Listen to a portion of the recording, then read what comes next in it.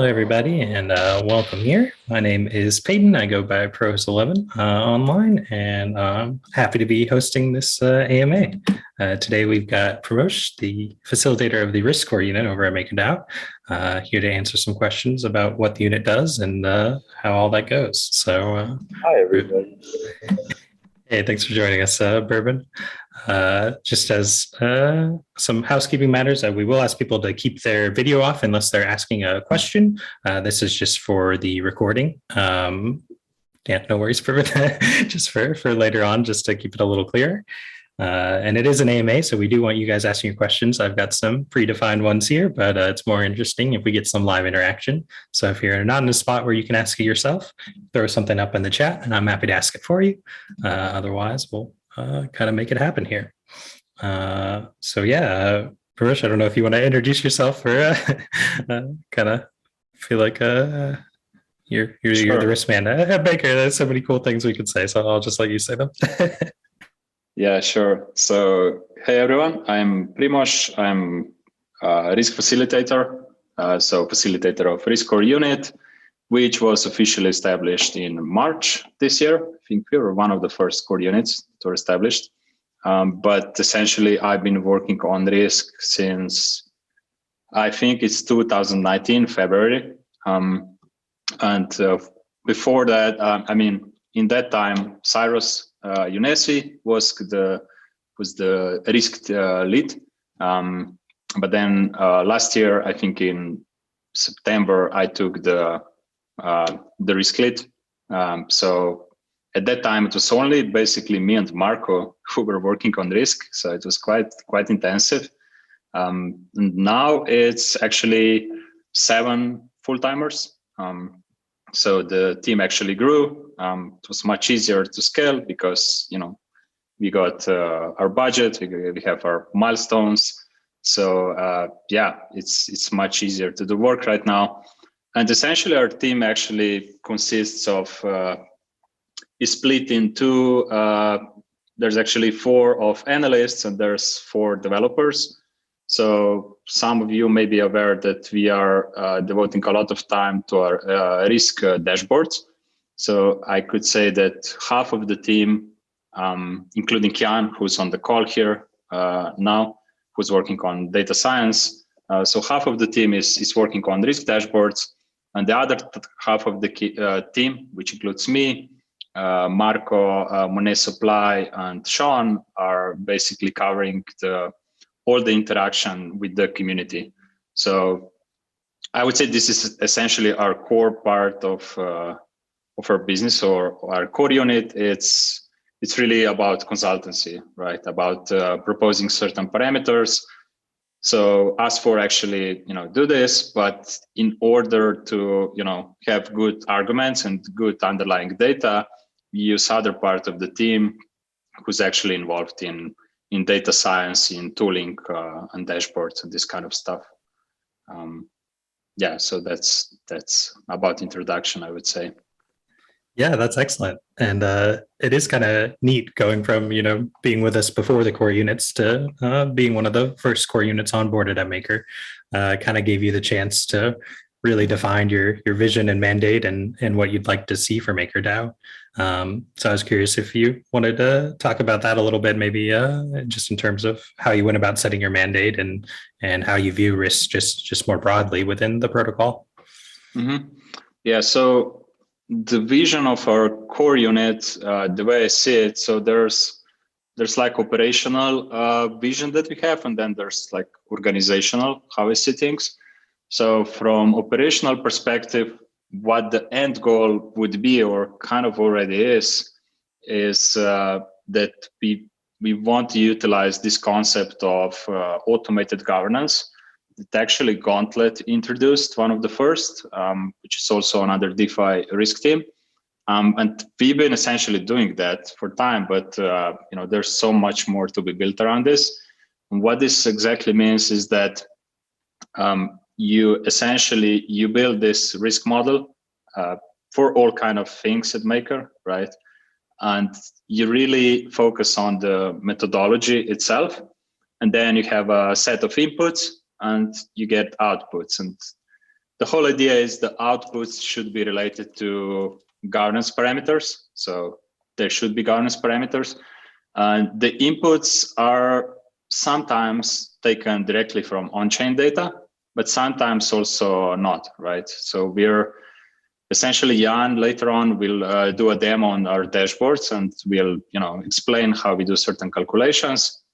And you'll see that we're using a bunch of inputs while we calculate, for instance, risk premium of certain vol type.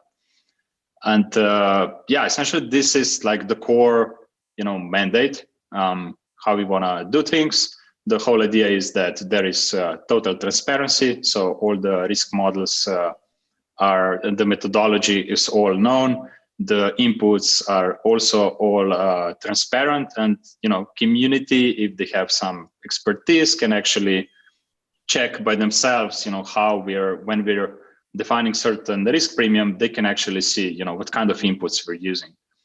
And with this, there are certain challenges, and that's because measuring risk can be sometimes really subjective when it comes to inputs, because you can have some empirical evidence on some inputs used, but then it's always a bit subjective. And why is this really important to the maker is because of the nature of risk, I usually like to say. So if you think about it, how banks usually do business, so they do have certain reserves for covering certain amount of bad debt or write-offs that they do. At Maker, it's really more about tail risks that we're worried about. So if you think about it, the only loss event that Maker had was from one instance when there was one bad parameter set, and because of this, the auctions didn't perform well. And if you think about this, it's actually true that when we're going to have a loss event, it's really more likely that it comes from some kind of unexpected black swan risk. So, and this becomes a problem for financial models, right? Because you cannot really measure this. These are low probability, high impact events. And another thing is that's also relevant, all the risk models that we usually use are really more risk model from financial perspective. So for instance, we measure risk based on, behavior of vault users and how well collateralized they are. And, if there's a certain price drop, how bad could it be in terms of liquidations? And then you have liquidations, and then you apply certain slippage and you look at liquidity. Like, it's very complex, but all the inputs are financial. But when you think about it, it could be just that there's just something technically wrong, and you get a loss from it, right? And this is something it's really hard to evaluate, and this is why all our financial models are very conservative, so that we try to account for that other part of unknown risk, which is impossible to predict. Yeah, so this is what I would say regarding vision and challenges. And the other part of the vision is, it's just operational. Just maybe a few more words on that. Organizational. Yeah, it's now 7 of us, so it's much easier to do work, compared to 1 year ago. But still, how I see a risk team evolving. Of course, you could have many different risk teams. That's definitely one of the options. The other way of scaling within our core unit was, in my mind, has always been that we could have specialized, sub-core units or domains within core unit, where you essentially have a team of, specialized analysts who would just focus on auctions, for instance, right? When you do auctions, you need more, maybe it's a bit more of a statistical or quant knowledge. So you would have this kind of expertise within the core unit that would cover just this.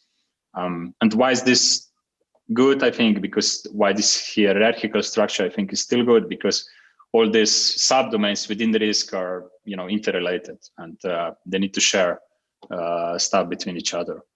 So that's one of the key. And then the challenge of this, what it is that it's just hard to find talent. So that's definitely something on my radar lately to attract experts, who know DeFi, who know Maker, but on top of it, they're specialized on certain fields, so we can use them.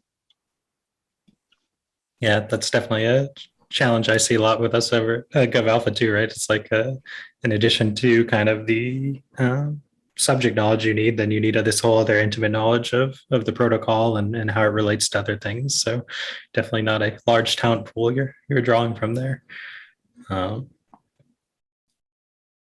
Yeah, awesome.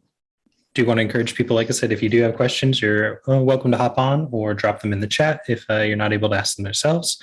Otherwise, I'll keep kind of rolling with our predefined area of questions, but do want to make it so people who show up can get their questions answered.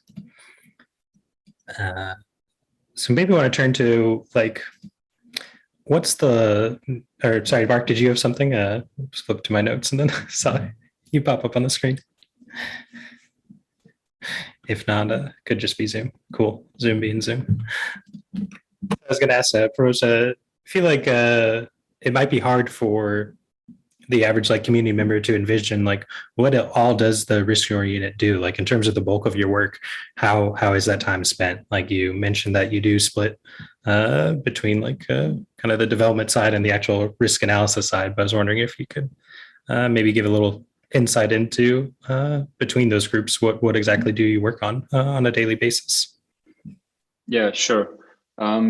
So most of the time that we spend is related to all sorts of stuff, but like the most obvious is we have a risk model for every collateral type, and you all know that each collateral type has a bunch of parameters. Definitely debt ceilings are one of the core parameters that we need to set and propose. And again, we're relying on the risk model. So there's definitely debt ceiling, and there are risk premiums that we calculate. So this is usually covered within the open market committee. So each month, Maker has this market committee that actually proposes new rates and new debt ceilings if it's not needed even earlier, right? At some point we need to react earlier, but on monthly cadence we have this group of people which risk is part of, where we essentially share whether the liquidity of an asset changed, or something fundamentally changed, or volatility, whatever related financially to an asset changed. And we need to react with a lower debt ceiling, for instance, or we see that vaults are keeping low collateralization ratio, and therefore we might want to increase. We get a higher risk premium from our models, and we need to increase stability fees so that we have appropriate risk compensation. So debt ceilings, risk premiums is probably the core, the earliest. The first parameters that we started calculating already some time ago. And then, of course, there are collateral onboarding evaluation. This is the other core part.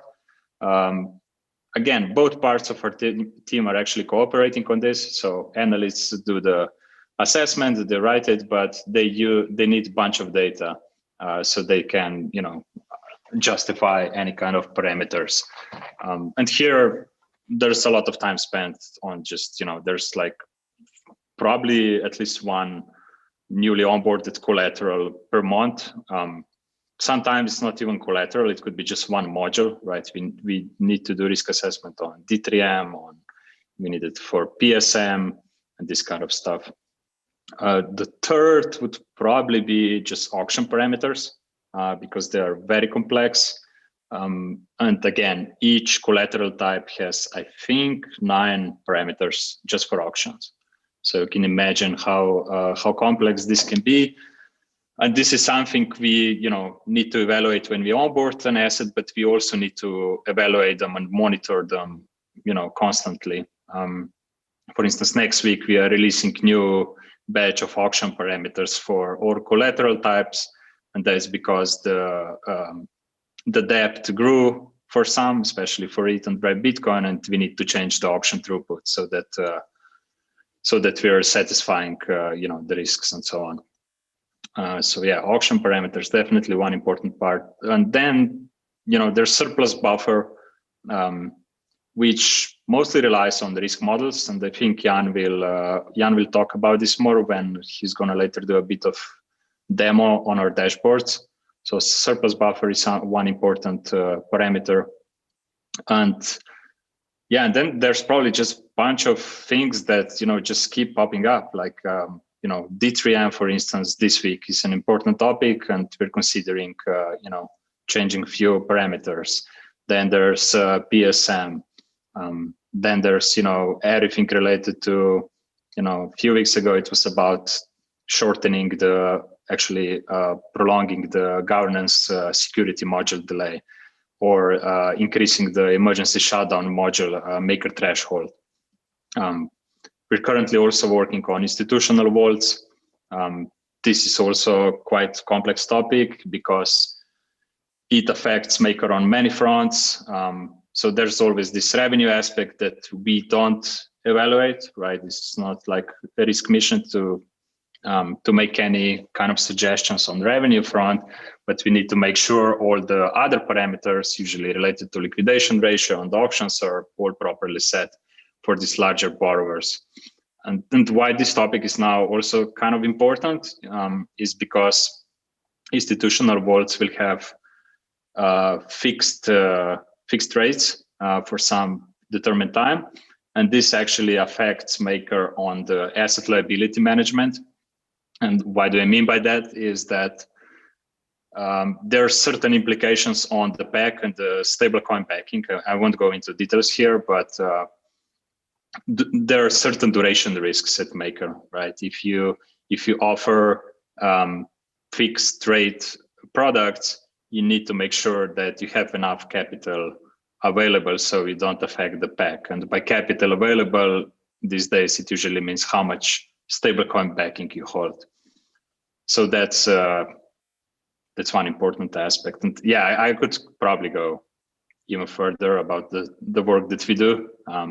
That's probably something that comes to my mind. Yeah, that's very insightful. And because I know, like, for me, a lot of times I'll see a new idea and I'll be like, well, that sounds really cool. I'm curious what risk thinks though, right? I want to see, like, all right, well, does this actually work? Can this function? And in the chat, I think we kind of got a good example that Andrew's asking about the Wintermute deal. So for those that are unfamiliar, Wintermute is a market maker and is kind of proposing to borrow a large stack of maker to kind of provide liquidity across some of the centralized exchanges. And I think that kind of highlights, like, you have this day-to-day weight, right, of there's parameters to review, new collaterals, all this other things. And then there's also kind of one-time surprise things that come up. So how do you even, like, approach evaluating the risk of something like the Wintermute deal, I guess would be my question there. Yeah, so the whole market making aspects, it's risk on many fronts. Like, I mean, depends how you want to evaluate it. So the market making aspect, actually, what it helps with is the maker liquidity on the market. So why maker liquidity, is good from risk perspective is that if we have a bad debt event and we needed to raise capital to cover the shortfall, it's always good to have, liquid and, order books all being better than, would be otherwise. And that's why you would support any market making activity. Regarding the deal with Wintermute, I just know that the revised deal now looks much better. I think the call option is now at a much higher price. I think it's like 4x from here or something lower. This is definitely much better. In general, I don't have like a strong opinion. I think that market making in itself is a profitable business. So obviously, because they're not asking for any payment or anything, just MKR loan, so they can do it. I think they're already doing it in some way, but I guess with they need MKR inventory to be more efficient while doing this. So it probably makes sense the other part of the risk related to market making is just that, Maker would basically give them this massive loan, which would be uncollateralized. I've heard like this is a standard practice, although I'm not sure if it really is, because most of the teams I know, they have some kind of entity, right? So even if it's uncollateralized, they can still, claim, if they don't return it in some sense, or, something goes wrong.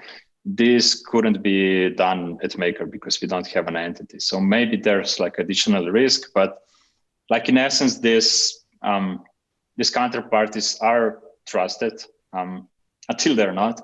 But I could see like in DeFi, you now have a bunch of products which actually do uncollateralized loans. So there's TrueFi and I think Maple Finance, and I've seen Wintermute there. So people actually, believe that they have so much reputation on the line that they would. There's close to zero counterparty risk, and they do trust them. So that's one angle how to look at it. But yeah. Very neat, and kind of cool to hear how you go about approaching something like that. I do want to make sure we have plenty of time for like the dashboard demo and stuff. I don't know if now's like a natural time or if there's some more stuff you wanted to cover before we hopped into that. But I just find the dashboard so cool. Would love to ask some questions about it.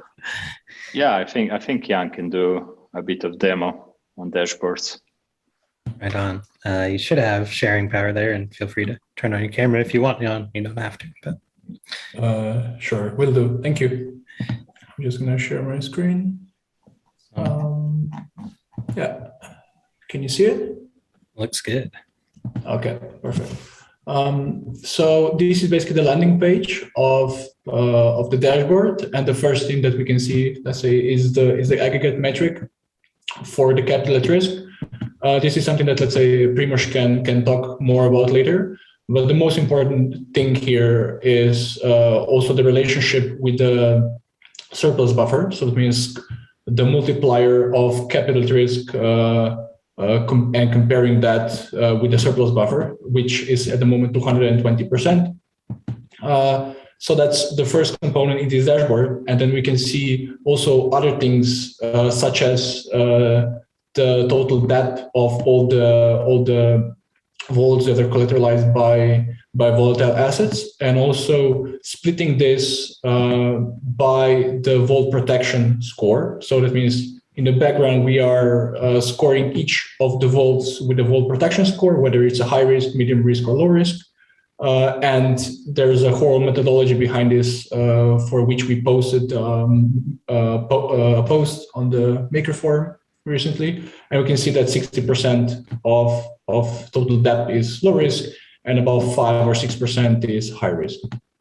And other than that, we can also see when we look at the debt exposure, and given a certain collateral price drop, we can see how much debt would be liquidated if none of the vaults would protect themselves. This is clearly a very conservative scenario, so but it's more of a mental model. Okay, how well are the high risk vaults protected? As you can see here, there's a bunch of different tabs, so I will focus just on the essential parts. And if you have any questions, just feel free to drop a question.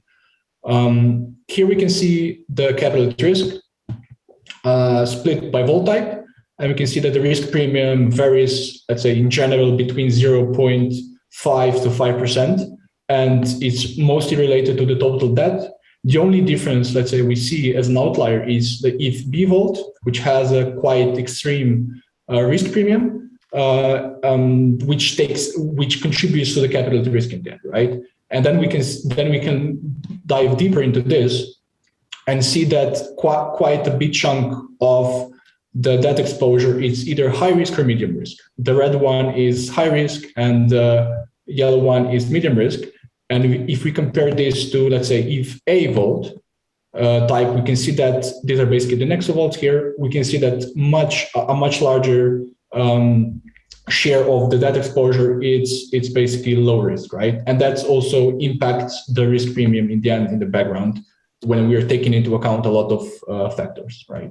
And then in the risk part, there are also other charts which I can also go deeper into, but for the sake of time, I will not at the moment. But one interesting aspect is also that we are tracking the capital at risk over time, and then we can see, let's say, if for a certain collateral, for a certain vault type, if it increases or decreases, we can look deeper into that, because we have all the way, let's say, from the portfolio level to the vault type level to the vault level, we can see how much this is affected, and this can be obviously tracked continuously over time. So that's one thing. And then if you go again to IFB, we can see also the collateral risk model, which feeds the capital at risk calculation. And here we can see that we calculate the risk premium at the current debt exposure. Let's say this is basically the risk model where given a certain debt exposure, we calculate what's the risk premium. And two of the strongest signals are we show here is the liquidity score and the collateralization ratio. And the intuition behind it is, let's say, if the liquidity score increases, then the risk premium should decrease. And on the other hand, similar here, if the collateralization ratio increases, then the risk premium should naturally decrease. And this is essentially debt-weighted collateralization ratio. And so this is a way for us to track how the market adapts, whether, let's say, for each vault type, whether the collateralization is high or low, whether the liquidity is healthy or not, and that can all be taken into account in the setting the parameters. And then in the end, we also have the capital at risk, which is the process of basically just multiplying the risk premium with the current debt exposure, and this is how we get this. And this is also taking into account the vault protection score, and this is the metric that in the end affects the risk premium, right? So that's it for now. So if anyone has any questions, we can also dive into that, or maybe just another thing. Let's say here we can see per vault, per individual vault in the IFB vault type, we can see that the risk premium is quite high. That's something that we basically looked at ourselves, because the biggest, the largest vaults have a quite high, that have a high debt exposure are either medium risk or high risk. And then we can see that certain are low risk because they are tagged as DeFi saver, they subscribe to their services. And what we could see is that most of the vaults that are either medium risk or high risk are vaults that have basically been opened recently. So that's why they are defined as either medium risk or high risk.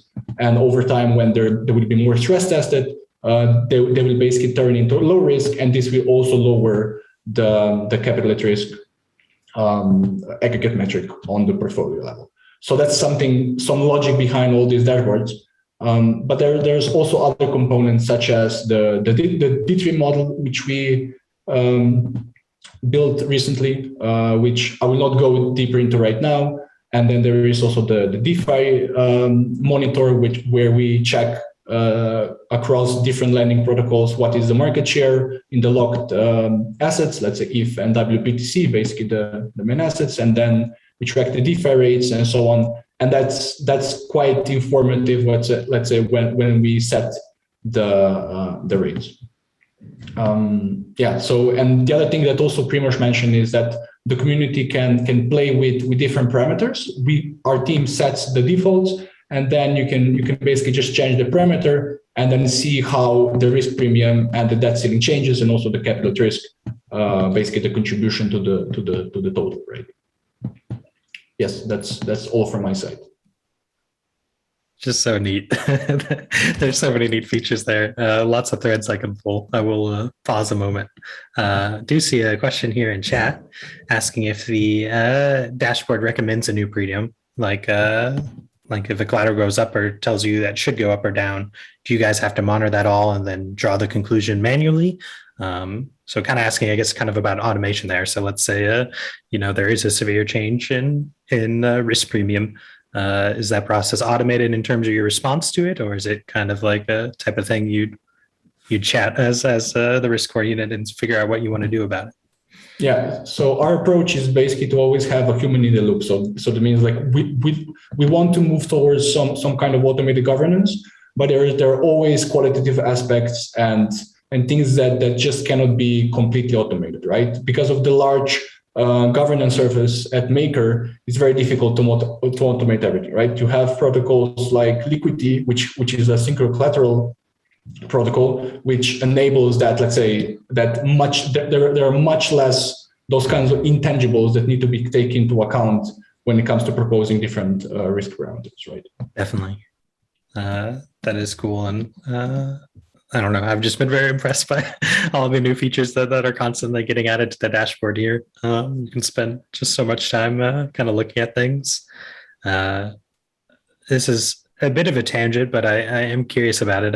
I've noticed like that a lot of the actual vaults, they're linked to like the DBank page. So you can actually see how the owners, like where their assets are across like not only Ethereum, but other chains as well. And I know that Primoz had talked a little bit about starting to focus more on like capital availability. So yeah, just curious if you had any thoughts about that, or how you guys have found that useful for your modeling. Maybe is the question in there. Yeah, maybe Primoz can add this, but basically this is one metric here, like capital share, but maybe he can extend this, like how we can use this in our models.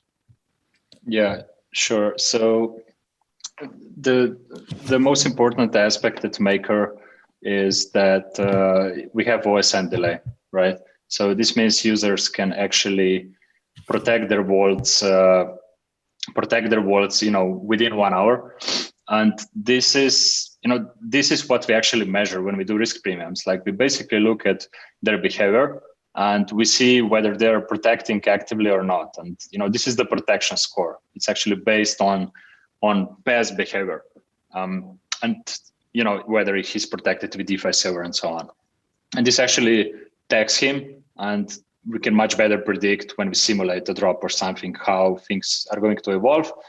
But then there's additional metric that we just recently added is the DAI capital, we call it. You can even see it here on the page. And the tags. So why is this useful? So even if we know that somebody is actively protecting himself, it's also good to know whether he's DAI. I simply call it whether he's DAI long or short. So if you think about it, when somebody is borrowing DAI, he's normally short, right? But because of all this yield farming going on, and we know a lot of our users are basically yield farming, so they put ETH in the vault and they borrow DAI, and then they deposit DAI on either Aave or Compound, and they make like 10% yield or whatever. It's good to have this information on each vault, because if he has DAI capital at hand, it's much easier for him to react in that 1 hour, or basically at any time he could get liquidated. It's good to know that he can react quickly. He just withdraws DAI from whatever yield farming platform and repays his debt. So that's really useful, and it really helps us knowing. It even helps us with other aspects of Maker. So, for instance, when we assess what should be the appropriate stability fee, which is a function of risk, but also a function of just setting rates competitively. We do look at our users, and if we see, for instance, somebody is borrowing ETH DAI from ETH at X%, but he's then yield farming on Aave with a yield of X plus something, then we can see how, if we go this high, we're going to basically lose this user, right? So this is also something. So what I'm saying, it's not useful just for measuring risk, it's also useful for other business and growth metrics. And I just recently made a tweet storm why our approach to measuring risk is unique. It's because we include this. Like if you look at standard risk parameters in traditional finance, you don't have this kind of approach because you can't really obtain this kind of information, whereas you can obtain it here on chain, and it's pretty unique and interesting, and this is like how I want to approach risk in DeFi, somehow differently, because you can, right? Because you have all this massive data available, and you can do all sort of things. Yeah, that is really neat. And you can see pretty directly how it plays into things like D3M or the monthly rates changes, right? You know, when you're actually able to track and see, all right, well, where are the pain points here? How much room do we have? That's really neat. There's maybe one mic coming on. I don't know if someone had a question, but if you want to take the mic, go for it. Maybe, do you think you could go into a little more how the vaults get their risk scores? Because I know like automation plays a factor in that, whether they have some automation services as well as like a collateralization ratio. But yeah, some insight on that might be good to have. Sure. I think, yeah, you can go through the inputs, right, a bit more into methodology. Yeah, definitely. So we have, for the vault protection score, we have three different tiers, kind of the low risk, medium risk, and high risk. And for the low risk is when a certain vault has a collateralization ratio above 3 times of the liquidation ratio of that specific vault type, or is subscribed to DeFi saver services, or basically has survived, or basically was protecting itself during at least 3 unique days in the last year that we chose as large drops in that collateral asset, right? So that's basically the low risk. And then we have the medium risk, which means that it's a bit less protected. And it has to do with the collateralization ratio as well. But now the multiplier is 1.5 and not 3 relative to the liquidation ratio. That's the first thing. And then the second thing is that the median collateralization ratio needs to be, again, above the multiplier of 1.5. And then we have another thing, which is if, because we saw with the new vaults, we introduced this another signal, kind of, that it's not a high risk, but a medium risk vault. If it's because we notice with new vaults that they become quite, that certain vaults become quite active early, even though they have a low collateralization ratio, and that's why we picked also, I'd say, like a threshold that if they made a lot of different vault actions in the last month, then we score them as medium risk. So that's a vault is either low risk or medium risk, and if none of these conditions are satisfied, then it's a high risk vault. So yeah, and I think Payton was more asking about risk premiums. So this protection score is just one of the inputs for the risk premium. I think you should go through the risk model maybe. Okay, sure. So here the inputs are essentially the jump severity, jump frequency, and the keeper profit, which can change. But then the biggest thing that impact this are essentially the liquidity, right? How much liquidity is there in the collateral asset, and then also the collateralization ratio, the signals that I basically mentioned before, right? Basically, these two. These don't affect the risk premium directly. They affect it indirectly, basically because we are liquidated a certain amount of debt, right? So that really depends on that, right? Does that make it more clear? Definitely. Yeah, thank you. That is very cool. I might try to kind of bridge a couple topics here since we are winding down and want to ask at least a couple juicy things. I know our latest recognized delegate, Shupi, had shared a draft about increasing the surplus buffer this morning in our Discord. So kind of curious, you know, based on the tools available, like with the dashboard, for instance, like are there certain things we should be paying attention to when trying to contemplate, like, all right, what should we do with the surplus buffer? Like what values, I guess, are we wanting to look at to kind of determine if the surplus buffer is too high or too low? Yeah, sure. So actually Shupi contacted him to address this topic. And this is because I think we're going soon, hit the surplus buffer, the limit, which is now at 60 million. And this is because, we've seen a lot of DAI minting, potentially rates are also going to be increased. And I think like in 2 weeks, we're going to hit the surplus buffer.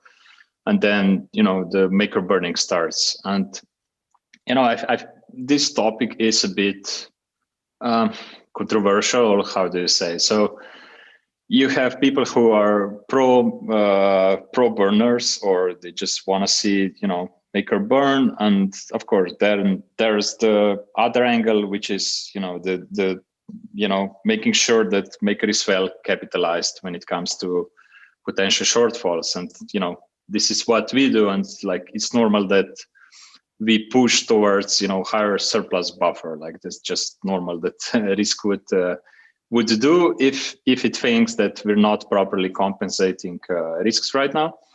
And that's why it was really useful that we came up with this capital at risk metric. Actually, 1 or 2 weeks ago, because this actually gives us some guidance of what the surplus buffer should be, assuming our methodology and inputs are correct. And this becomes quite complex because, as I said, when we measure risk, what's the expected shortfall, which is essentially capital at risk. So now it's at 130. You saw that, bunch of capital at risk is being contributed from ETB. And why is that? Because, there's a bunch of new vaults that haven't been tested, and we're not sure how well are they going to protect themselves if, tomorrow there is a 40% drop in Ether price, which is possible. So there's a bunch of inputs that we use, and it becomes problematic because some are subjective. Even saying, ETH can drop 40% twice a year, like we do test this empirically, and I think this is like, something that's possible. But you can see again that like this is like a tail scenario, right? You can't really say like it's going to happen 2 times or 3 times, and it's completely, you get completely different, risk premium then.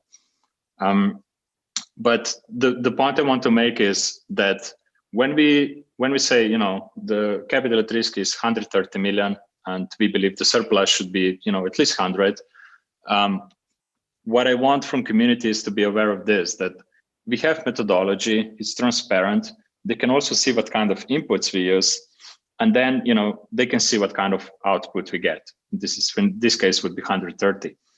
And because inputs are in some cases so subjective, and ideally we'd want to crowdsource them, we try to make this reversible. I mean, try to make reverse calculation when community asks us, what should be the surplus number? Because it's not like one finite number. We say like this, 130 million basically means we are protected if you assume this kind of inputs and scenario. So at the end, what we actually want to ask community is, is your risk tolerance, in this range, right? If you're, or put it differently, if you're going to have 130 surplus buffer, we are protected against this kind of scenario. And, are you, fine by accepting it? Or do you think, it's on average going to be not as bad? And, in this case, we can tweak the inputs and we get a lower surplus number. So this is how, we would want to, explain things to community. But essentially, just like if somebody asks me, what should be the surplus buffer? I think our inputs are quite conservative, but as I said, we don't account for some unknown black swan risks, right? Such as technical risks. And I do believe that like 100 million surplus is appropriate, which is, almost twice as high as now. And some people won't like it. But, if you just think at how much 100 million is in terms of, all debt from risky collateral, which is now you can see here at 4.3 billion. 130 million is what? Is 3% of this debt. Like this is not like a huge, if you look at banks today, this is not like a huge ratio, right? And we're currently sitting at, I think, 1.3% of risky debt. So surplus buffer currently is about 1.3% of risky debt. And that's why I believe we should increase it. But I also get the pro-burning aspect. And I also think it's actually good to burn some Maker. Why is that? Because it's also related to our ability to hedge against shortfalls. And why is that?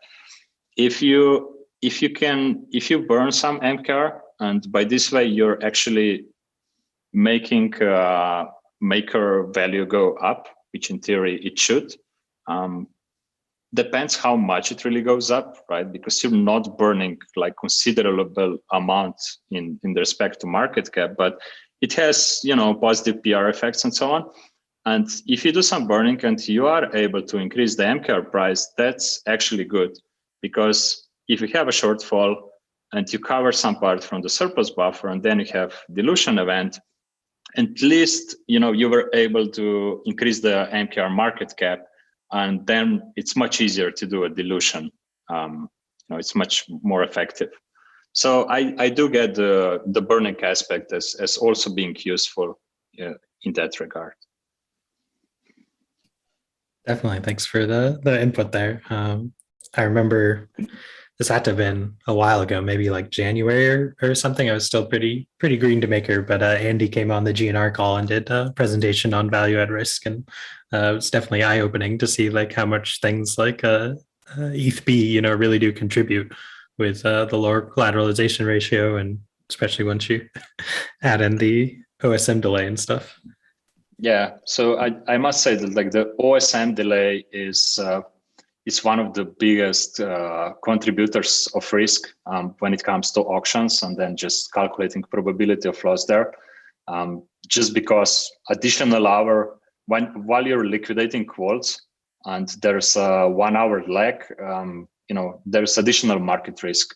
And if you're at 130 liquidation ratio, and actually they get liquidated below 130, right? And price drops for, additional, like 20% or a bit less, you get into bad debt really soon. And this is just the negative side of this OSM delay, I would say. But it also has many benefits, right? Our oracles are more robust because we can see if something goes wrong with oracles, we can react. And the other major benefit is just that vaults have 1 hour time to defend against being liquidated. And if they do use DeFi Saver or they have their own sophisticated bots, they can actually save themselves. And this is what we like primarily measure with the protection score that we shown before. Right on. And I see a question from Jason. If you did want to ask it yourself, you're welcome to. Yeah, sure. I thought that was great. I was totally following along with what you were saying, but you kind of gave it as a kind of an abstract way. You said what we'd like to ask is, if we are at a certain surplus buffer, we are protected against this scenario. And then you went on to say that you would suggest 100 million. So I'm kind of curious if you put those two together. If at 100 million, we are protected against what scenario? Yeah, so if, Jan, can you click on risk tab here on the dashboard?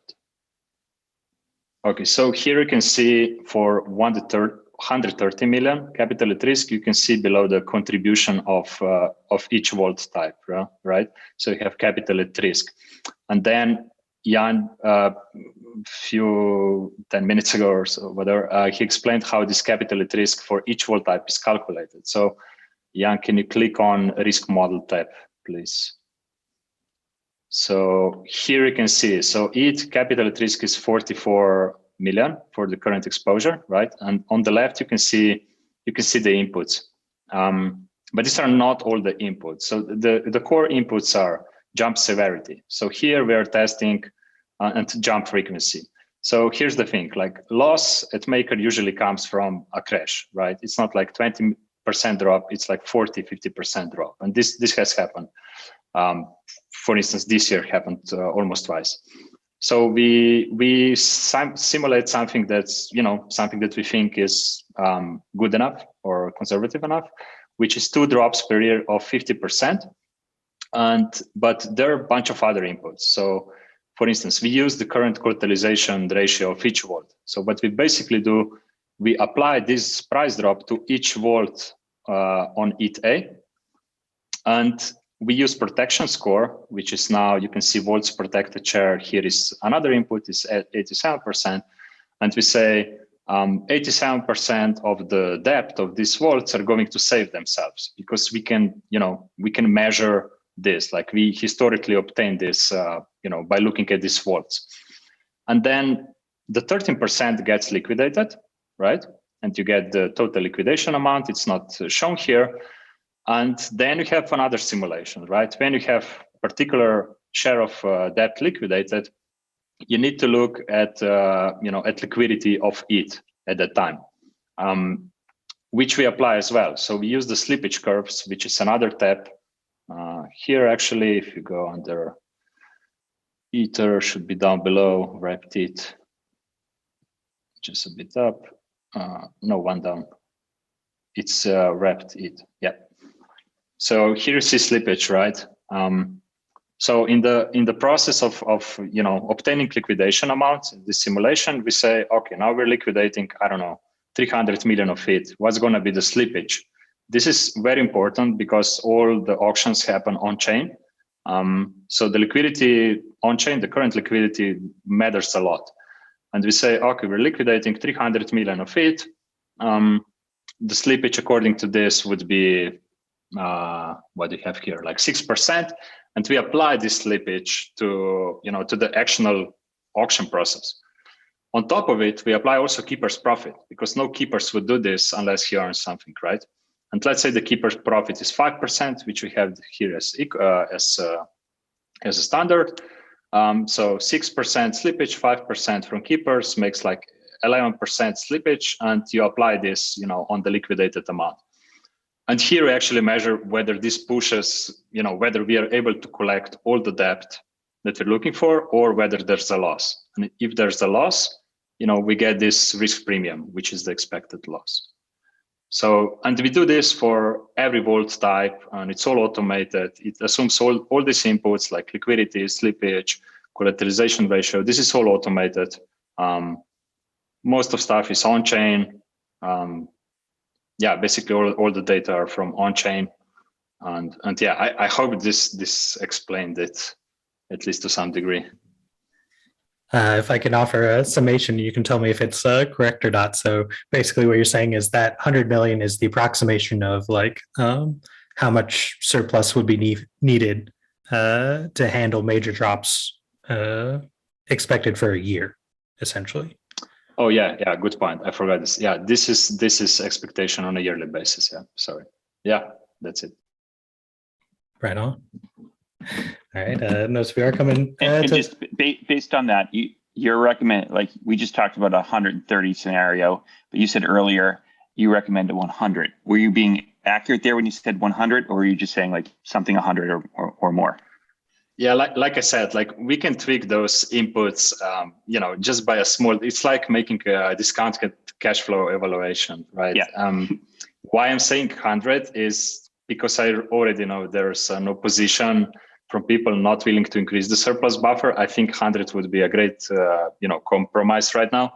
But like essentially, it's truly like this. Like I won't lie. Like if you drop the jump severity, we're quite conservative on these inputs. Like if you drop the jump severity to 45%, we don't have it here. Like we have 40. Like everything changes. You see, like capital at risk drops from 44 million to 7. So we are already aware that we are conservative here. And like 100 surplus buffer for me would be, good enough, I would say, for knowing how we use the inputs and everything. Understood. Great work. Super interesting. Thank you. Yeah, I really appreciate the fact that the community can kind of put in their own, so you can say, hey, well, this is my outlook, so maybe based on my outlook, the surplus buffer should be higher or lower. Yeah, like essentially, I would truly like this, like, because I know in risk, there's a bit of art as well. I mean, there's crowdsourcing, like inputs are so subjective, and sometimes you actually get best results if you crowdsource something, right? actually all the risk premiums that you get usually from the markets. Here at Maker we can, but like in traditional finance, you get risk premiums from markets, right? You see where they're trading and you can calculate it reversely. And it's basically all relies on crowdsourcing. There's so many actors thinking about how risky something is, and you get a good, heartbeat of risk. Here we don't have any kind of similar product trading, so we could say, this is the risk, this is what market thinks. So you would need to crowdsource it, and yeah, that's one way to do it. Like you could just ask for inputs. Yeah. Okay. So you're basically asking for a behavior, and the behavior is you'd love the community to play around with this tool, learn about how this tool works, and then comment on what they think is the proper settings for the tool in order to arrive at a surplus buffer estimate. Yeah, totally. I know it's a lot to ask because you need to understand the model as well, but yeah. Very decentralized. I dig it. Awesome. So noting the time here, probably good to start asking follow-up questions if people want to get in touch with risk or have inquiries for how you arrived at certain conclusions. Where's the best place to do that? Sorry, I think I missed this question. Oh, sorry. I was just asking, so if people want to get in touch after this call, whether it's to follow up or ask things, where's the best place to get in touch with you? Sure. So we have our own channel on Discord. What it's called? I think it's Risk Public, right? Yeah. So probably best place to start is there. We're also active on forum. You can find me Primoz. I know I have a weird name, but yeah, you can find me on forum or Discord. I have the same tag. Should reply, or on Twitter. Right on. Well, thanks to you and to Jan for the awesome presentation today. Appreciate everyone who came and participated as well. We'll keep the discussion going in the forums, and believe we'll probably have some discussion too from Risk on the governance and risk call a little later today. That's in a couple hours if y'all happen to be free. So thanks for coming. I'll go ahead and shut off the video now, and appreciate all the time, everyone. Thank you, everyone. Thanks everyone.